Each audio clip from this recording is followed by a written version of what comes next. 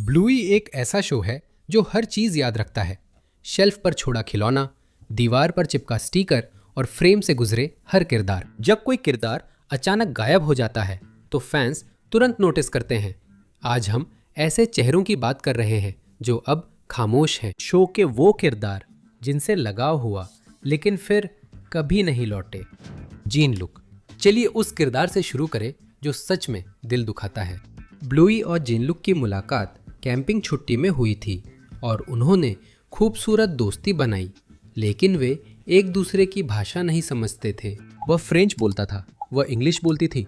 फिर भी वे साथ खेले, इधर उधर घूमे और आखिर में मिलकर एक पेड़ लगाया। उन्हें शब्दों की जरूरत नहीं थी। एपिसोड के अंत में शो दोनों को किशोरावस्था में उसी पेड़ के नीचे मिलते दिखाता है। बिंगो एपिसोड में अगर आप दीवार देखें तो ब्लूई ने खुद और जीन लुक की ड्राइंग बनाई थी जो कई सीजन बाद भी टंगी है। उसने उसे कभी नहीं भूला। सवाल ये है कि क्या शो उन्हें फिर से एक दूसरे से मिलने देगा। विन्नी एक चॉकलेट लैब्राडोर है जिससे ब्लूई की कैफे एपिसोड में मुलाकात हुई और वे खेल के मैदान में एक खेल के दौरान जल्दी घुल मिल गईं। एपिसोड के अंत में बैंडिट ने विन्नी के पापा फीडो से दोस्ती कर ली और उन्हें नाश्ते पर बुलाया। अजीब बात यह थी कि फीडो सच में लौट आया। परफेक्ट एपिसोड में वो और बैंडिट ऐसे बात करते हैं जैसे दोस्त हों। पापा की दोस्ती कायम रही, मतलब विन्नी कहीं ना कहीं अब भी मौजूद है, पर वह फिर कभी नहीं दिखी। बैंडिट ने भी निभाया और फीडो से दोस्ती रखी। तो विन्नी उस नाश्ते पर क्यों नहीं आई जहां आने का उसने वादा किया था। क्लो का भाई। क्लो ब्लूई की सबसे करीबी दोस्तों में से है और कई एपिसोड्स में नजर आई है। ऑक्टोपस में उसकी अपनी अलग कहानी है और उसका परिवार ब्लूई की दुनिया का अहम हिस्सा लगता है। उसके छोटे भाई का मामला समझाना और मुश्किल है।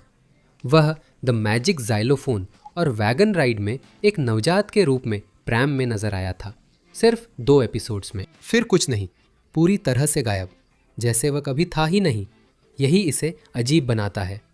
क्लोई और उसकी माँ बार बार दिखती है। परिवार अब भी शो में है, लेकिन छोटा भाई गायब है, जबकि सीरीज उसके आसपास पूरी सीरीज आगे बढ़ती रही। शो की टाइमलाइन के अनुसार वह बच्चा अब टॉडलर या किंडी उम्र का होना चाहिए था। परिवार वहीं है तो वह कहाँ है।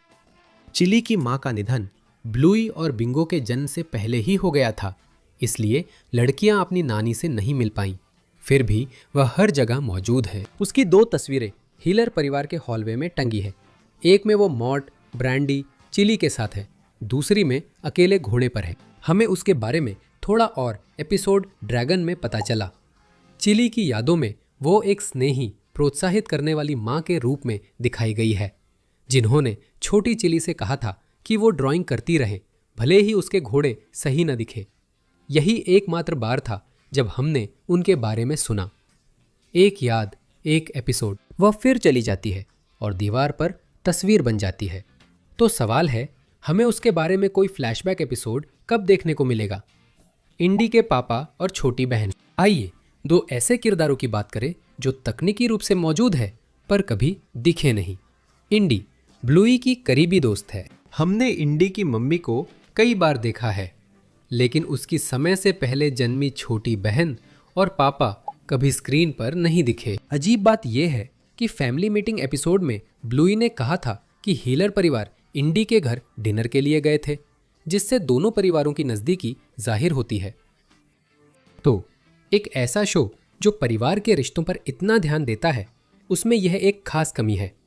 समय से पहले पैदा हुआ बच्चा ऐसा अनुभव है जो पूरे घर को बदल देता है। इस बात का कि शो ने इसका जिक्र किया और फिर बिना विस्तार से दिखाए आगे बढ़ गया, ऐसा लगता है जैसे कोई अधूरा काम रह गया हो। मिया और कैप्टन। कुछ किरदार चुपचाप गायब हो जाते हैं, कुछ और किरदार तब गायब हो जाते हैं जब उनकी कहानी बस शुरू ही हो रही होती है। मिया और कैप्टन पूरी तरह से उसी दूसरी श्रेणी में आते हैं। वे बार बोट्स एपिसोड में थे, जिसमें ब्लूई और मैकेंजी ने पहली बार रोमांटिक भावनाएं देखी। कैप्टन और मिया एक दूसरे को पसंद करते थे, बिल्कुल साफ, और पूरा एपिसोड उसी ओर बढ़ रहा था। फिर एपिसोड खत्म हो गया और बस इतना ही था। वो करी क्वेस्ट में मेले के एक सीन में दिखे, लेकिन फिर कभी मुख्य कहानी में नहीं आए। शो ने एक भावनात्मक कहानी शुरू की पर उसे अधूरा छोड़ दिया। आशा है सीजन 4 में इसे फिर से उठाया जाएगा ताकि दोनों को सही अंत मिल सके। विंटन की माँ। विंटन अपनी माँ के साथ रहता है लेकिन अपने पापा से भी नियमित रूप से मिलता है। फिर भी उसकी माँ कभी भी शो में या किसी भी अन्य ब्लूई मीडिया में नजर नहीं आई है।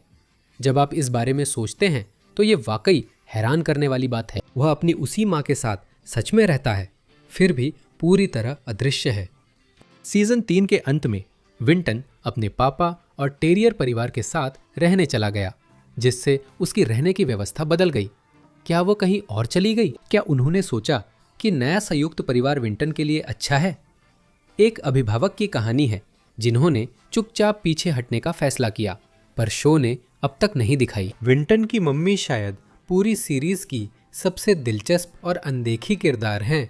बॉस्को। अक्सर लोग इसे भूल जाते हैं, जबकि इसका महत्व बड़ा है। डबल बेबीसिटर एपिसोड में ब्लूई बॉस्को का जिक्र करती है, जो फ्रिस्की का एक्स बॉयफ्रेंड है। बॉस्को से प्यार करना मुश्किल था, अब नहीं। जिस तरह वो उसका जिक्र करती है, उससे साफ है कि वो उसे सच में जानती थी, सिर्फ सुना नहीं था। फ्रिस्की ने उसे अपनी गॉड डॉटर से मिलवाया था, यानी रिश्ता इतना गंभीर था कि शादी संभव थी।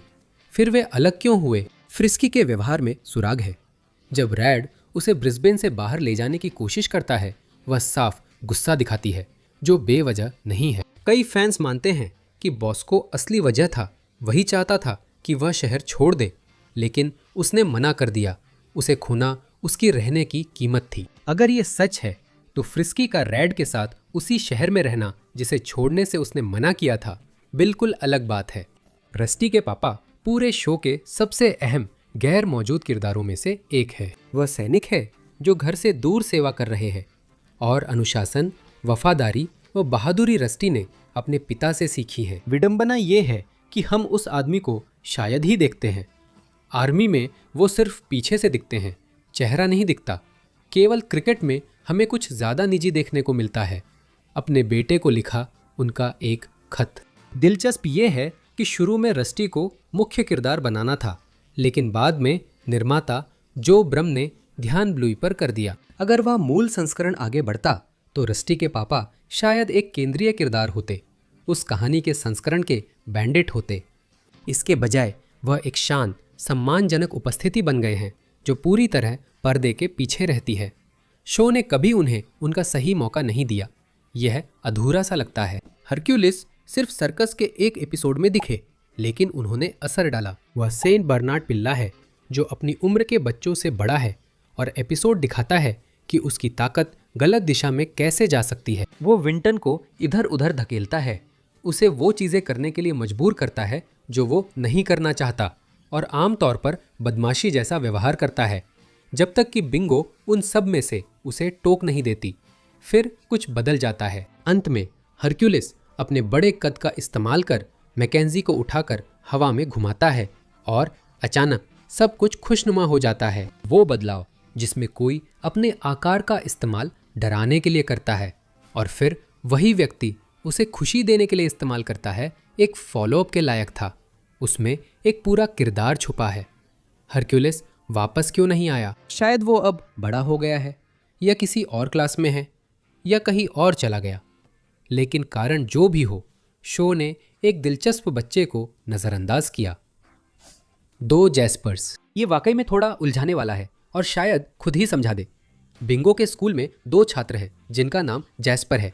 जैस्पर जी जो एक डोबरमन है, और जैस्पर डब्ल्यू जो एक रॉटवीलर है। बॉब बिलबी में मिसेस रिट्रीवर की क्लास के शुभंकर के साथ दिखने वाले पिल्ले को जैस्पर बताया गया है, लेकिन कौन सा जैस्पर, इस पर फैंस अब भी बहस कर रहे हैं। एक ही नाम के 2 किरदारों से प्रोडक्शन में उलझन हुई, इसलिए लेखकों ने एक को रखने और दूसरे को धीरे धीरे हटाने का फैसला किया। असल जिंदगी में 2 बच्चों का एक जैसा नाम होना आम है, पर 7 मिनट की एनिमेटेड एपिसोड में यह बड़ी परेशानी बन जाती है।